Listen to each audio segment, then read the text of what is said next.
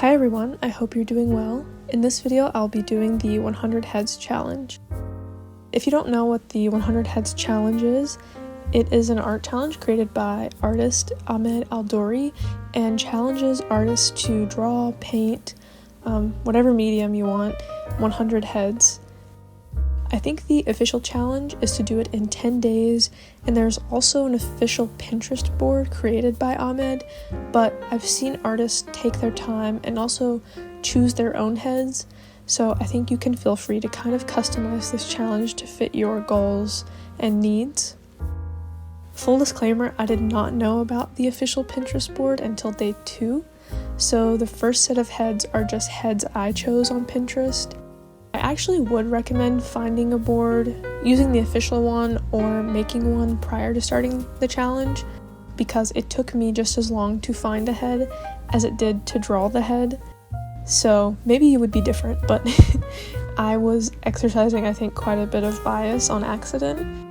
I will say that I did give myself also like a little reward and allow myself to choose the last 10 heads. So 20 of the 100 heads did not come from the official board.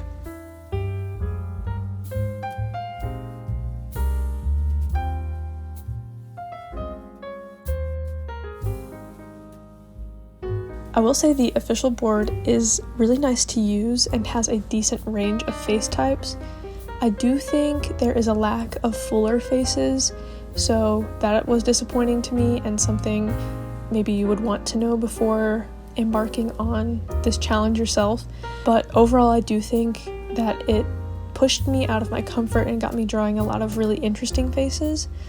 There are marble busts and clay faces, many being sort of caricature-like, which was surprisingly fun to draw, and I probably would not have chosen these references myself, so I'm glad the board included them.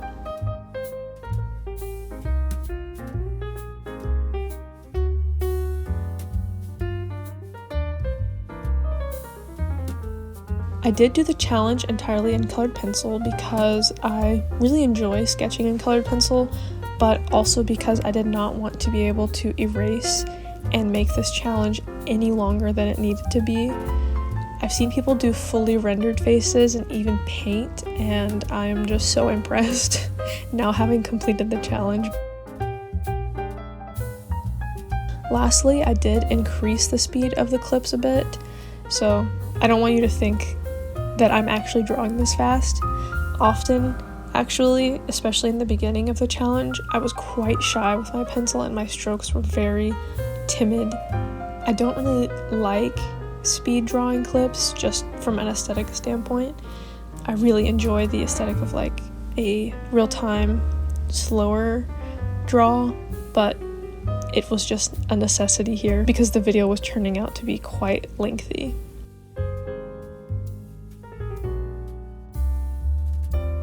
Okay, now that we have disclaimers aside, I want to be honest with you all. This challenge was really hard for me to share. As I started this challenge, I was flooded with thoughts of maybe I should stop, what are some other video ideas instead of this, and even how can I edit the video to hide the sketches I'm embarrassed of. But I want to use this opportunity to introduce you guys to a special word, sort of a little mantra I'm using to help remind myself of my goals this year, and that word is vulnerability. In the sense that I want to engage in the act of vulnerability more often, and most of my goals relate to this word. I am someone who is very closed off, often at the expense of myself, because I really struggle to nurture and maintain strong relationships with others, myself, and especially my art practice. Even doing YouTube is something that I've been wanting to do for a really long time and have been stunted by fear of judgment and lack of ability to be vulnerable. As I went through this challenge, repeating this word to myself, I became aware or realized a lot of things, so I thought I would take a moment to share these with you. The first thing is I was able to realize that any amount of judgment I receive has far less power than the things I can learn from completing the challenge. and I think this can be applied to a lot of things in life.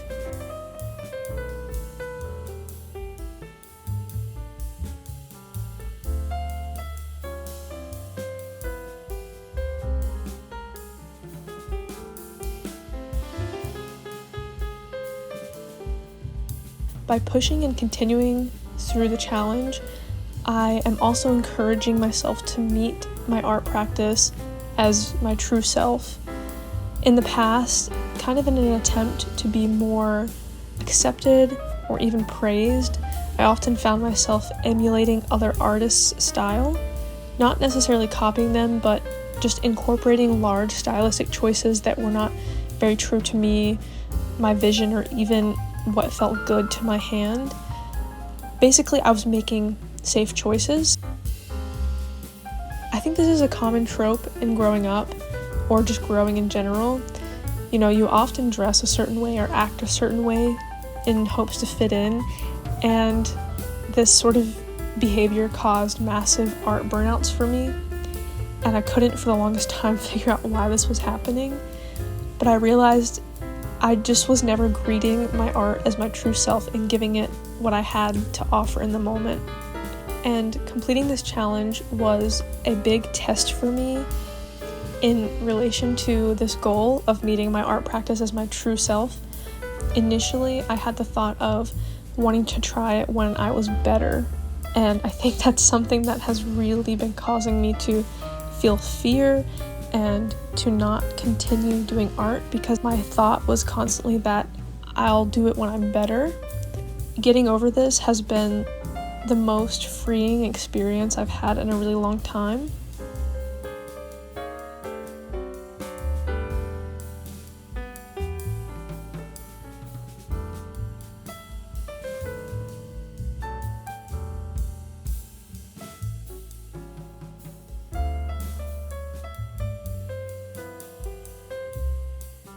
I also rationalized with myself and realized that if I only document the best part of my art, so if I were to figure out a way to edit out my, quote, bad sketches, then when I look back in a year or so, I will be seeing a very unrealistic version of my past self. And although I think comparison can get kind of dicey, there is an amount of growth I want to achieve with my personal art practice. And if I'm only documenting my best self currently, then my future self won't have an accurate comparison to make. My past self's best art might then be my current self's average art. So for example, I hope this is making sense, but if I'm only documenting my best current self, then my future self can't look back on an accurate depiction of who I am currently. And if I'm only comparing myself to my best past art, then it's likely that I'll think that I haven't gotten much better. I hope that makes sense, but I feel like it's just doing a disservice to my future self. Yes. And kind of on the same page here, I also had very unfair expectations for myself. I think being on the internet can be very hard. We see a lot of people's best work, whether it can't, not just art, but you know, people's best photos, their vacations, their best happy times, and we compare ourselves to other people's best. We compare all of ourself. We compare our average self, our everyday self, to other people's best. And I really initially wanted to get on here and post 100 of the most beautiful sketches I could muster, but that simply isn't real life. And I really wanted to be honest with myself, like I said before, and honest with you all. And this is not to say that an artist or anyone else on social media should share every facet, every moment of their life. It is, of course, okay to keep some things sacred, but in this case, I felt that my urge to hide from the world was not coming from a good place, and it felt wrong to hide. I'm not saying all this, by the way, to to present an excuse to you for why I might have some bad sketches. I put air quotes on bad, but you couldn't see. In all honesty, upon finishing the challenge and looking back, I was so happy to have completed the challenge that I wasn't even mad at any of my sketches, though I may have been mad during the challenge. So it's funny how that worked out, and it has really made me feel encouraged to complete more things. And I think it's kind of similar to like working out. It's really hard during, but the high of finishing the workout feels amazing and even somewhat addicting. And I never thought that this could apply to other practices in life, such as art.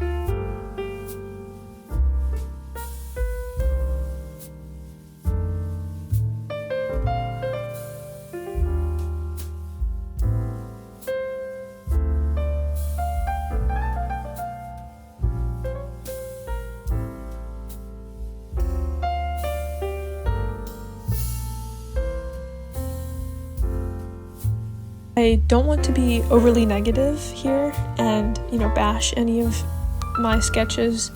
I remember in all my past years of watching art YouTubers, hearing some of my biggest inspirations talk poorly about their art that I was personally amazed by, and it made me feel like I had a lot of learning to do if something I loved was something this amazing artist hated. And this is not to say that as an artist you shouldn't be allowed to speak and feel how you want about your art. I think that art is first and foremost for the artist. But as an artist who has social media and shares their art, I remember how this used to make me feel, and I really never want to discourage anyone. So I hope that I can fight being overly negative about any of the sketches, and remembering that kind of made me speak nicer to myself throughout the challenge. And of course, you could argue back to the previous point I made about striving to meet your art practice as your most true and authentic self, and that hearing another artist speak poorly about their art should not influence your own practice. And I think, yes, this is true in a perfect world, but sadly, this is just not a perfect world.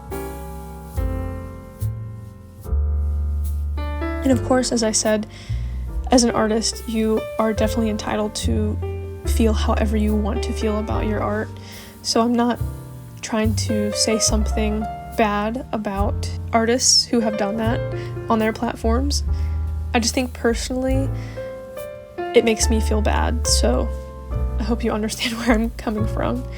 I'm just striving to think hard before condemning my own work, mainly for myself, and I think this is can really be a good exercise in being kind to yourself rather than necessarily being kind to others. It's kind of like being aware of how you speak about yourself to other people kind of influences how they can think about you and also think about themselves, especially if they look up to you. You know what I mean?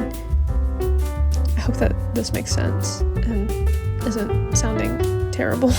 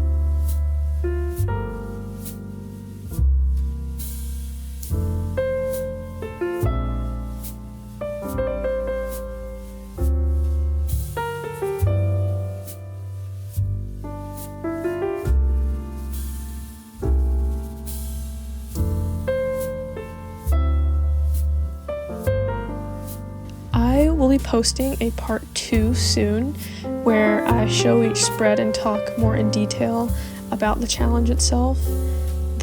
This video was just getting way too long for me to include a robust outro, so I hope you don't mind. So keep an eye out for that if you're interested, and thank you so much for watching, and I will see you all in the next one. Bye!